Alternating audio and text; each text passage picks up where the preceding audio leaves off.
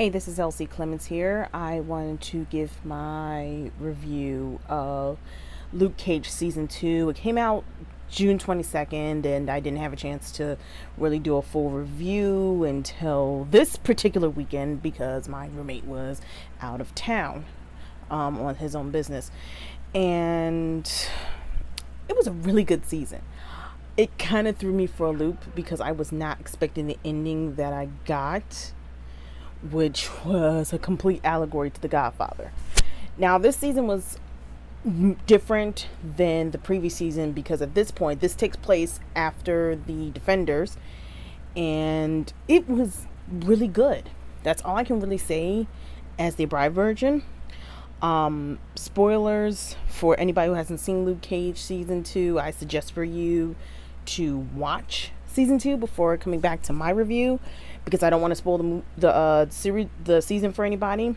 Now that I got that all the way, let me just talk about it. The whole season was about anger and forgiveness.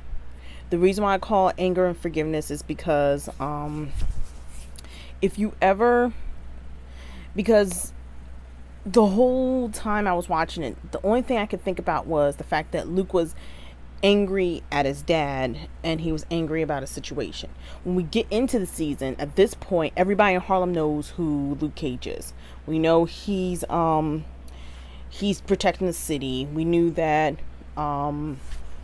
he's stopping all these I guess it's cocaine, a higher version of cocaine or heroin that's being marketed off as Luke Cage, and he's shutting down all the crime waves.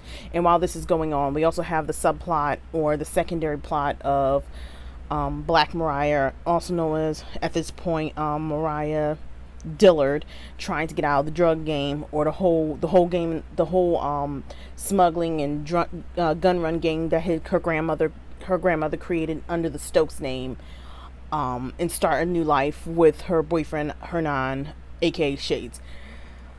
And we also get a lot more from Shades this season, a lot more emotion. We get a lot more deeper into his psyche as a person. We also get into Mariah Dillard as a person. We also get introduced to a couple new characters. We get Bushmaster, who is a rival for Luke Cage, as well as Mariah Dillard, who is known as Mariah Stokes. And I'll get into why he was a really big threat. And then we also get into another new character, who is Tilda Johnson, who's known in the Marvel Comics as Nightshade. Bushmaster doesn't exist in the Marvel Comics universe, but Nightshade does. She's in the comics this villainous chemist who's one of Luke Cage's biggest adversaries, and you see how she plays out because she comes off as an innocent character, and because of her mother's influence and her own decisions, she becomes a darker character. Now, as far as the anger goes, we start off, like I said before, right after the Defenders. At this point, Luke is pretty much beloved by Harlem. He has a friend named DW who records all Luke's stuff, records Luke, sells Luke Cage merchandise. He's like almost like his promoter, and he's still taking care of the shop. And of course, he has to move. That's how the whole story begins. We get Mariah Dillard, who's trying to get out of the drug, like I said before, get out of the drug game, and just wants to go completely legit. And there are 3 crime families who also want to buy from her. The El Rey, I forgot Nigel, and then there's a third guy, Cockroach. His story is pretty short, and it was really compact. And another great portion of this was also, not only this, we also learned how to overcome. Another thing was overcoming. I'm rambling. Overcoming your fears, such as we finally get to see the robotic arm given to Misty Knight, and unlike the comics where it's Tony, it's unlike the comics, it's not Tony that gives her the arm. It's Danny Rand as a gift for saving. I'm guessing it's because she saved I can't remember the Asian girl's name at this time, but I know it's going to come back to me because she's part of they're B-listers. That's all I can say. But it's kind of cool to see this season Misty Knight do an even bigger role. She feels like her arc. I'm gonna go back to Luke's in a minute, but I want to talk briefly about Misty. Her whole arc is, first she feels traumatic from losing her arm because now she doesn't have the capabilities. She's stuck on desk duty. Everybody treats her like an invalid. Everybody treats her like a hero, or they treat her like a pariah or something like that. Such as a new character that happened to know Misty before, when she was in, like, I guess it was a younger female character who knew Misty from her basketball days before she got injured, and her whole arc is her just become this cool. It's almost like Misty comes into her own character, because she goes from losing her arm, everybody treating her like a pariah. Then one of the guys that she put in jail, Cockroach, gets out, and he's pretty much harassing her. Then she's stuck on desk duty. Then she meets up with the Asian character from Iron Fist, who pretty much teaches her how to defend herself with one arm. Then she finally gets her arm by finally caving in and finally getting her arm back. And people were staring at it. She's like, here, you know what, here. She just takes her arm and is like, here's my arm. You see it? All right, let's get back to work. And her whole thing was she's trying to work with Luke to take out Mariah Stokes. And this is where we get into Luke's arc. Luke's arc is he's Luke Cage. He's being beloved by the city, but he also comes off with this almost like a foreshadowing moment where he says, they love me now until something happens. And it's a big foreshadowing moment because of Bushmaster, which I'll get into in a second.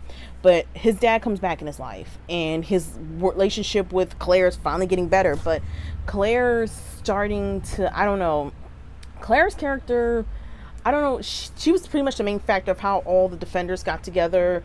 You know, she's connected to all of them. But Claire's character, I felt like they kind of put her to the wayside. I guess it was his arc to get to the next season, or to either do another second season of the Defenders or what have you, or set up for not Luke Cage, Danny Rand's thing, Iron Fist. But she basically becomes, I guess, a sacrificial lamb or a shock value type of character, because his father's back in town. He doesn't want to talk to his dad because when he was in jail, his father blamed him for his mother's death, and he's so angry that and for some reason, even though he told Claire, I don't want to talk about it no more, they get into this fight because you ever heard that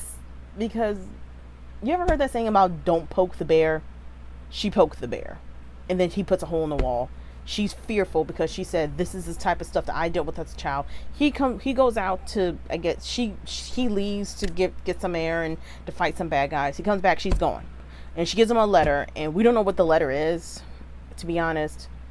And before all this, Claire was talking to, now I remember why the whole fight started. I'm sorry, it's been a week of a lot of stuff at work. But Claire talks to Luke's dad. Luke gets understandably pissed because it's almost like you're overstepping your boundary, because the fact of the matter is they're not married. They're in a relationship, but I don't know if their relationship is to the point where she can just overstep her bounds and do that. But he gets understandably pissed, and they have a fight. She leaves, and we don't see her for the rest of the season. She gets mentioned, but we don't see her for the rest of the season. And that's Claire's whole thing. Except for the one thing where she took the pictures of all the people that might be working with Mariah, Black Mariah. Well, she's Black Mariah. By the end of the series, she's Black Mariah. And she leaves, and then Luke has to deal with all this crap on his own because the apartment belonged to Claire's mom. Claire's mom's like, you can't stay here.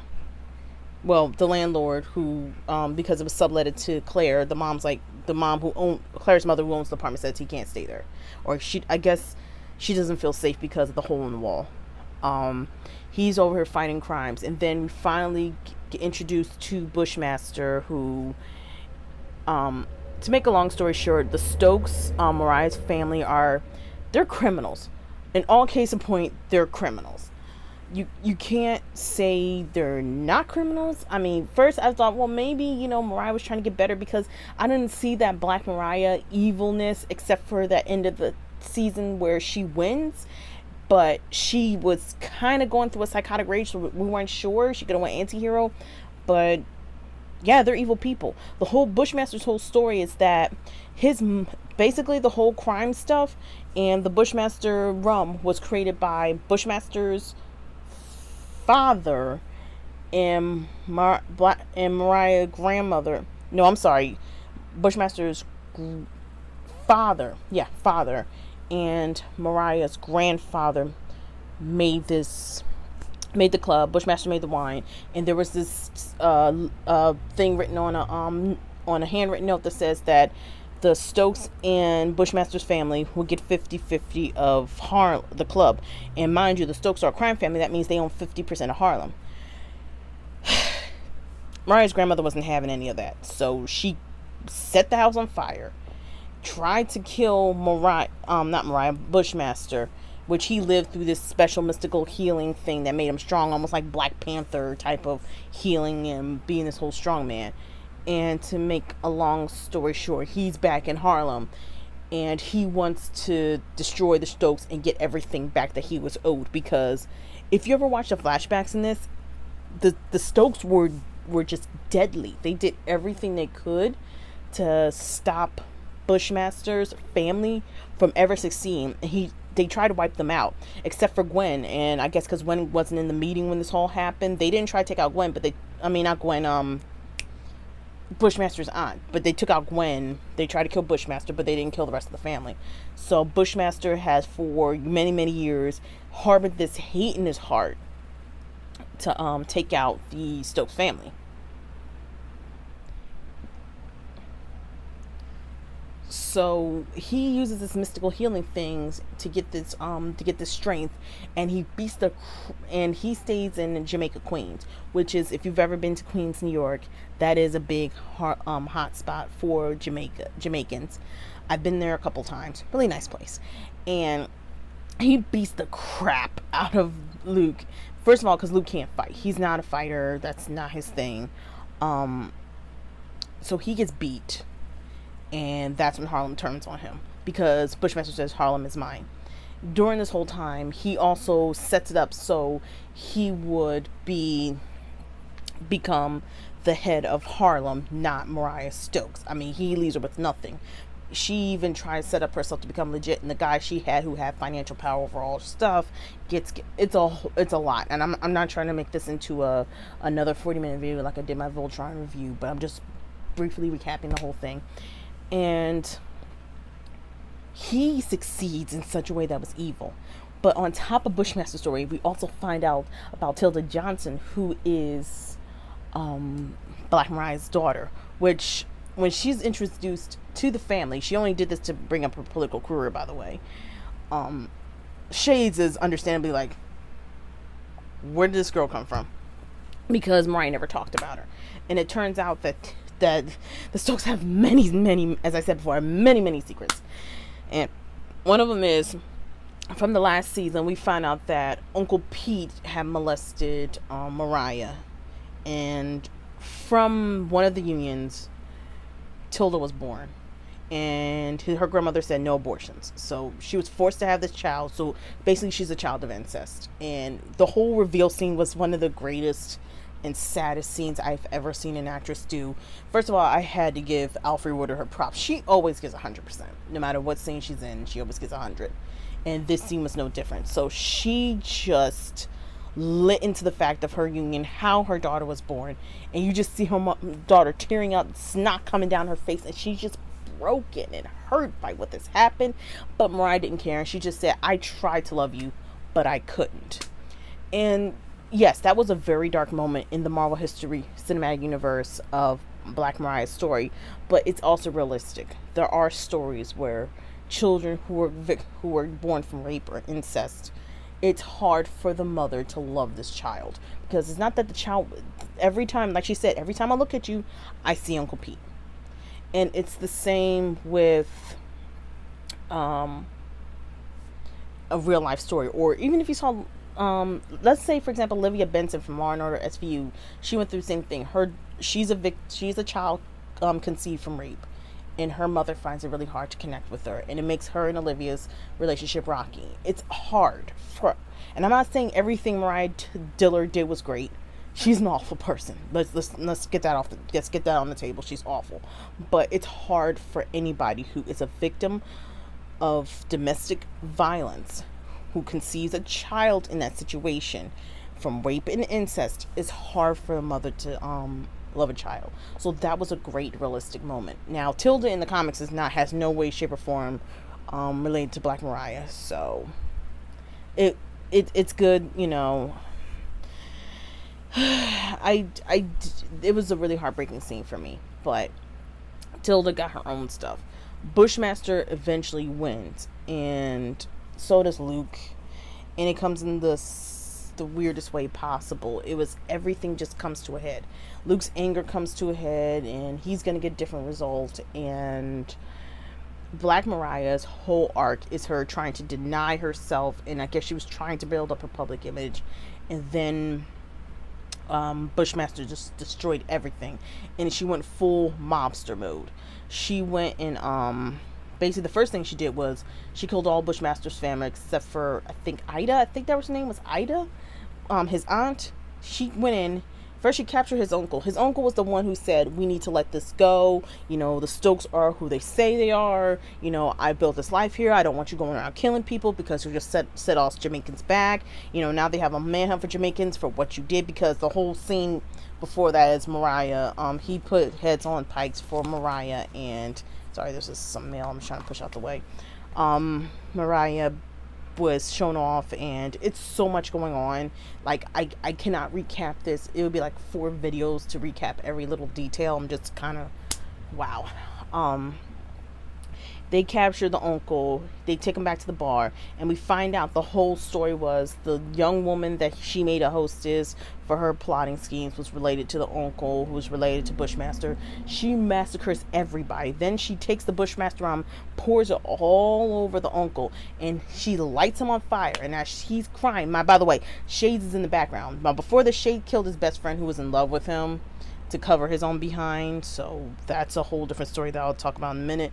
She lights his man on fire. He said, I will curse you, I curse all the Stokes, you will never find peace in your heart, blah blah blah. And he's screaming in pain. She takes our gun, she's like, you know, Jesus died already, and blows his off. I was like, oh, okay, Mariah, you done gone full evil now, okay. So the whole thing gets massacred, and we find out Ida, I think that was her name, escaped, and she's on the run because at this point Mariah is killing anybody left. They're trying to find this woman, you know, because she could testify against her, because at this point she gets arrested for the incident because of the pearl handled gun she had, which I don't know why she didn't throw it out, and even Shade's missing. He should have did something with that gun, but I digress. Luke finds her. He, you know, they have she has a moment where she gets to say goodbye to her husband's dead body, you know, for the massacre, because her whole family is murdered, and she's trying to go back to Jamaica. That's all she wants. She wants all this fighting to stop, and she begs Bushmaster to actually stop.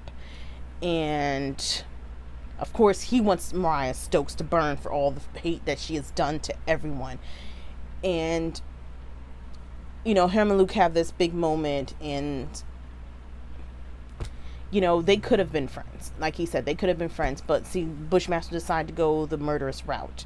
And this whole, by the way, also on this arc, Luke is a parallel to Bushmaster. You know, he has all the power in the world. And he could be just as hateful as Bushmaster is. And he could eventually destroy the world or become like him and become this big time monster and this gang leader, which by the end of the season you think he could be. But, he eventually, Bushmaster is done in by his own injuries, and it's because of Tilda, actually, that Bushmaster is allowed to live, I guess, in peace in Harlem. And it's a lot. I'm just bouncing back and forth. Tilda's whole arc is she's trying to reconnect with her mother. Tilda Johnson's a really important character to watch next season because I think she's going to do something. But all she wanted to do was reconnect with her mother. Her mother didn't love her. And the truth of the matter was, the man she thought that was her father was a gay man that her mother married for political reasons. And she couldn't love her daughter. And eventually Mariah's put in jail. And Tilda, at this point, you know, she helped Bushmaster partially because she wanted to live, and partially she wanted to do right because her family has done so many evil things. So she finally helps Bushmaster, she sends Bushmaster away to a place that he can heal up and he can live in peace. And it's Tilda that actually ends Mariah's arc. And before I spoil the big moment of how Tilda ends Mariah's arc, Mariah Dillard goes from this high class mobster-ish woman, to the point where she just becomes this evil person. And she tries desperately. First she was trying to get out of it, then she gets pulled back in. And she pulls herself back in almost. Well, yeah, she did pull herself back in. And you see this conniving woman just come out. The real Mariah Dillard comes out. And it's almost like her inner hate just comes out in everything she did up after that point of the rum, as they call the rum punch massacre, where they killed everybody at Gwen's. And you just see this woman. First she tries to claim innocence when she gets arrested, and then she's in jail. And there's this poignant speech that I should probably just backtrack. The whole thing is Mariah wanted to live a peaceful life. She wanted to get her political career back on track. And it's almost like every time she tried, it just got worse. And it doesn't help that Bushmaster was, manipulating the whole thing. But everything in her life just seemed to just burn away. And by the highest point was when she was locked in there, told her daughter she couldn't love her, why she does the stuff the way she does. She manipulates everybody's situation. She tries to hide away. People almost kill her. She pisses off everybody. She even, had a one-on-one with Luke Cage, because Luke said to stop doing this crap or you're going to get yourself killed. Maybe I won't come and save you. And of course he does save him because, well, he's a good guy. He has to do it. But, Mariah, just pretty much her whole arc is she was at this high and then she kept going down and down and down, and then she just digs herself her own grave. That's what happened. Mariah dug her own grave. And it's really sad. It's justification at the end, but her whole arc, she just becomes this nasty, evil woman. And by the time her arc ends, you're like, oh, thank goodness, because there was nowhere for her to go, and Alfred Woodard did every single performance great. Now, going back to Tilda, Bushmaster tries to kill her. Luke was contemplating trying to kill her, but it's Tilda that kills her. Tilda, her own daughter, because she concocts this. Mind you, this girl is a holistic type of woman, and she used to be a doctor. So can you imagine how much medication she probably knows about, or poisonous meds she knows? She called it the kiss of the spider, and it's this red lipstick she put on, and she kisses her mother, and she says, goodbye, mother. And her mother knew she was lying, because Tilda's been calling her mommy the whole time, and all of a sudden she called her mother. She leaves, and when Luke comes to visit her, before I'm gonna tell you in a minute the whole thing Mariah does, but when Luke comes to visit her and he tries to settle things with her, she spits up blood in the poison. I'm not sure how the poison got into her skin, but their lips, because I'm not sure she had a cut on her lip or what have you, but she was poisoned so bad that she died burning, feeling like this burning. And of course Luke says good, because at this point he's done with her, but she died so painfully that it was sad to see her go, but I knew that there was no way further we could go with her. That's why even in Marvel Comics she's kind of in the back, because they don't know what to do with her at this point. But to see this Mariah, and it's making room for another potential villain that's going to come up, in the way they said it was Tilda, because Tilda at this point is gone completely dark. She's looking like her comic book character. She's got the 2 buns in her head. She poisoned her mother.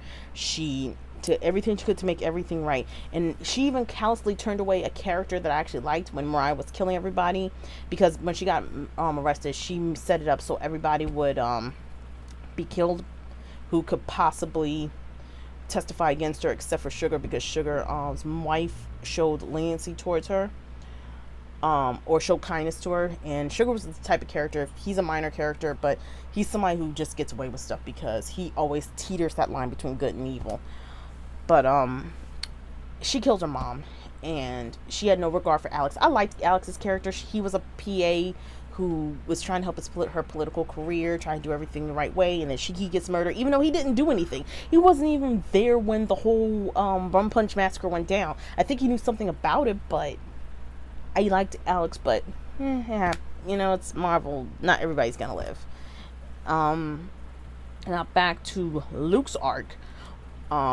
We go from Luke being angry Luke to fight in the system. And then after Mariah's death, the Jamaican guy says that Harlem is his now. He is now the king of Harlem. Unfortunately, this also opened the door for all the other, because the Stokes, as we find out, were keeping all the mobsters out. Luke had to go fight the mobsters, or basically make a deal with the mobsters that they couldn't come into Harlem. They could do drugs everywhere else, but not in Harlem, because he would just come after them. And the woman who's the Italian mobster who was keeping the Russians out said, okay, because I think she knows to make a whole long story short, his whole arc was anger, and then was forgiveness, because he made up with his father. And then he got angry because it's like Mariah needs to burn. That he started to think Mariah should die because she's the cause of all these problems. Even Bushmaster. He only fought Bushmaster because he was killing Mariah. But then he started to think towards the end of his story that Mariah is the problem. And to be frank, she kind of was the problem. I don't think anybody should die. That's not what I'm saying. I think the justice system should work, and it did work for her. Unfortunately, her daughter killed her. But Mariah was the big problem for Luke. That was like the pain in his behind. Besides, the whole thing with Claire and his father. But he made up with that whole thing with his father after saving his father's life, essentially, from the Jamaican gangs. But, at the end, we get this scene where Misty finds out that Luke inherited the club from Mariah. Mariah wrote in her will before she died, because she had a feeling something was up, after Tilda left and called her mother. She left a keyboard of her cousin to Mariah, and the club to Luke, and it was to curse Luke, not to benefit Luke. And of course Tilda's reasonably pissed because she felt like it's hers, and that's where she does her little heel turn. And so does kind of Luke, because you see him in a suit, and DW begs him not to take this club because when they leave to do this meeting, he has a bad feeling. And of course he said that you cannot come in here and do business. You can get your hair done, but you can't do business here. And that kind of severs the ties. And he said he'll take all the profits and sell it to charity he's done for Luke Cage. He won't promote him anymore. And we see him in this suit. We see him looking over the club. We see Misty show up and say that I'm watching you, and I'll make sure if you do something, you're going out of line, you're going to be gone. Her other friend who's in the police force said basically is watching him. Tilda's watching him. And then we have the end scene where this is one of the two scenes that caught my eye. The first scene was when he says that, Sugar says to him, Claire is here, and he says, tell her to go home. Like, he doesn't even bat an eye. The old Luke would have ran, Claire, oh my God, honey, I miss you, I love you, blah, blah, blah. No. He's almost like he's done with her. And then the second scene before this I saw was the scene where the door shuts on Misty, and it was like The Godfather. I'm not kidding. Look at this scene here.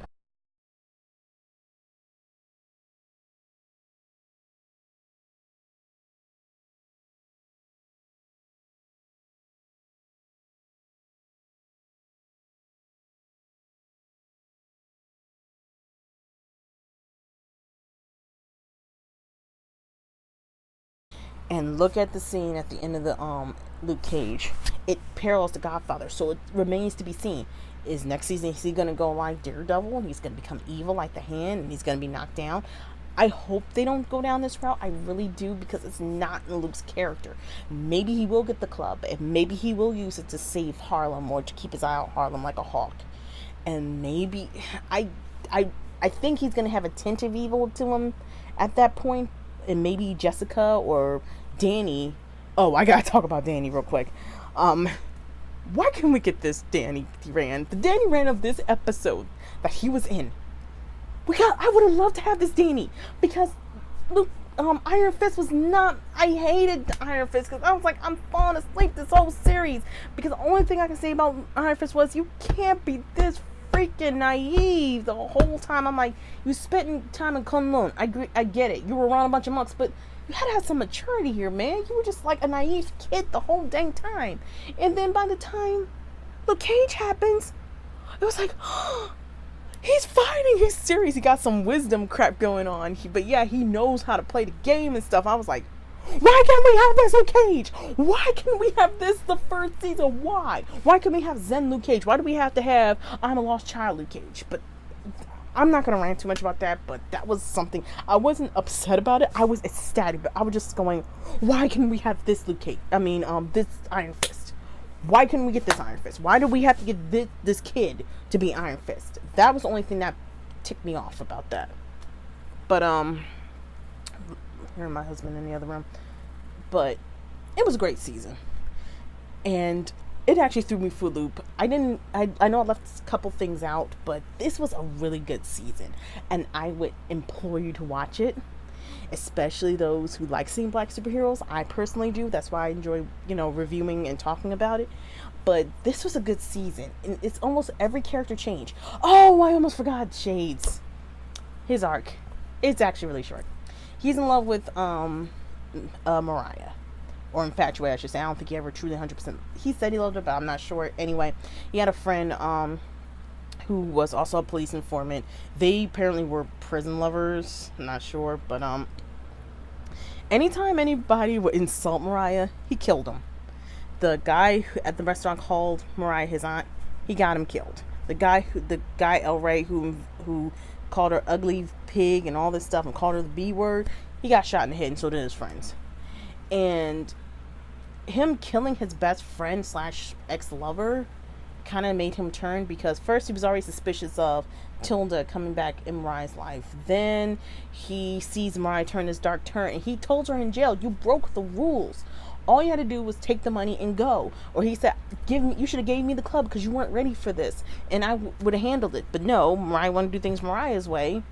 And Shades, I should say, he played the straight man's idiot the whole season. He loved Mariah, then he got suspicious of Mariah. He thought he could handle her, but he can't. And he paid the price at the end, which is, well, he should have paid the price a long time ago, which was he got put in jail for all the crimes he did, because he made a big confession, and it was all credible because his stupid self didn't read the contract before he signed it. Who, by the way, he almost killed the lawyer's sons. That's why she recused herself.